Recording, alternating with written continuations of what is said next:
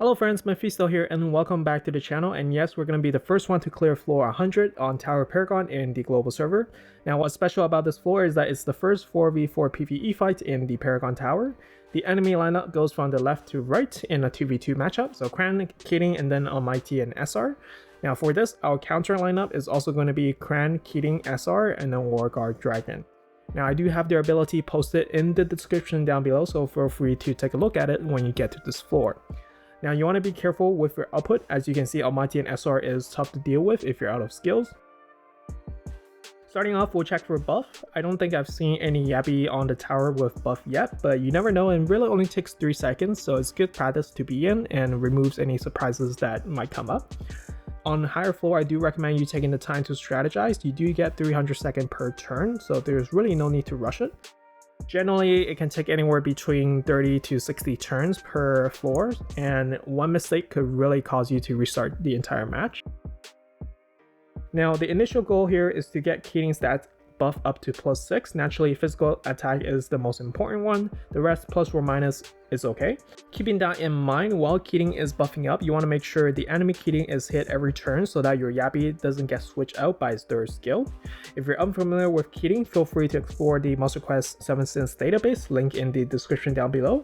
But essentially, the third skill strikes last, and if the Kirin is not hit during this turn, it will swap out the Yabi that it attacks with the next Yabi in the lineup. So naturally, this resets all the buff as well once they're switched out. If either of your Yabi gets switched out, you're probably better off just restarting the challenge. Now, once Kirin stats is +6, the paralyzed AoE attack will help keeping the enemy Kirin at bay and also give a bit more flexibility to Cran. So here, Cran's regular attack goes on enemy Kirin, while ultimate goes on enemy Cran. Our Kirin will mainly use paralyzed skills on both targets, and ultimate goes on enemy Kirin. Something else to note for Kirin and why I decide to bring him along is if the enemy is paralyzed, Kirin's ultimate can remove their buff. So here, I'm actually going to save my Kirin's ultimate. I want to make sure the enemy is paralyzed before I use the ultimate to remove the buff. The most annoying part about stats buff is probably evasion. The rest I can bear with, but any skills that is missed is damage that could have been dealt and help clear the floor faster. Now, the best way I've tried to clear this level after different combinations is to actually leverage the 2v2 situation. So when you evaluate the enemy team, Kirin have to go because he's annoying with the paralyzed and Yabi switching. Cran is mainly damage over time effect, and regular damage is bearable. Both Almighty and Essar have high damage output, or more specifically, their ult can really one-shot some of the Yabis out there. So given it's 2v2, we can deal equal damage to both Kirin and Cran. However, we'll remove Kirin first, slot in Almighty, and then focus single damage on Almighty while keeping enemy Cran alive so that Essar is out of the picture. Ideally, you want to get rid of both Almighty and Cran at the same time, leaving with just Essar at the end. Otherwise, the damage output from both Almighty and Essar is really hard to carry. So just a couple more hits here and we should be able to get rid of Kirin. We can probably save Cran's ultimate here for Almighty once he's slot in, just to stack a few poison on him.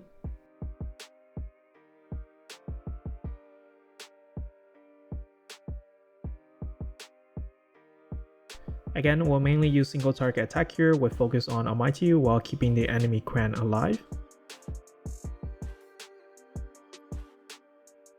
A quick note, I rarely see Almighty heal himself in PvE, but in this case, if he does, he recovers roughly around 4000 HP, while Cran recovers roughly around 1000.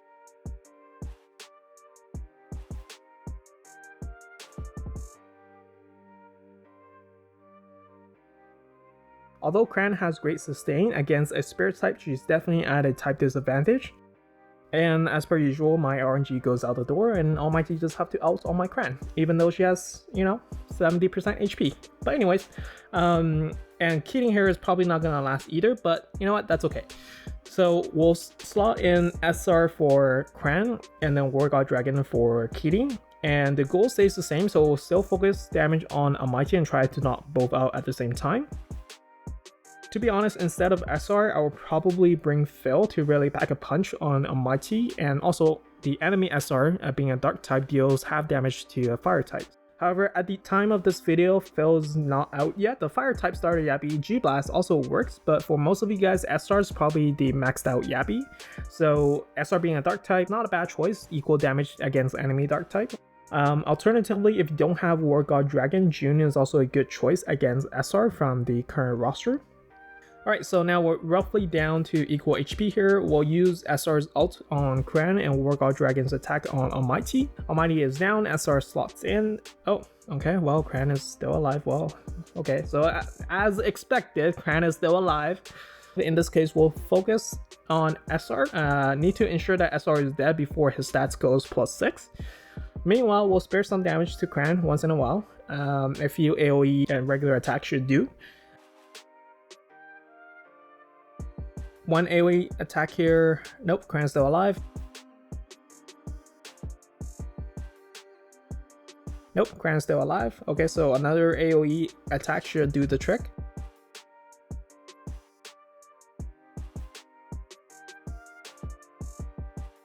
So we're pretty neck and neck here. Essar will probably take out our Essar, and then War God Dragon should be able to wrap up the rest. Now this is just one of the ways to clear this floor. I would encourage you to try different team combinations, and I'm sure you guys can clear much faster than I did. Wish you all best of luck in climbing the tower. Remember to subscribe to the channel for future guides, updates, and strategy to this game, and I'll see you guys at the top.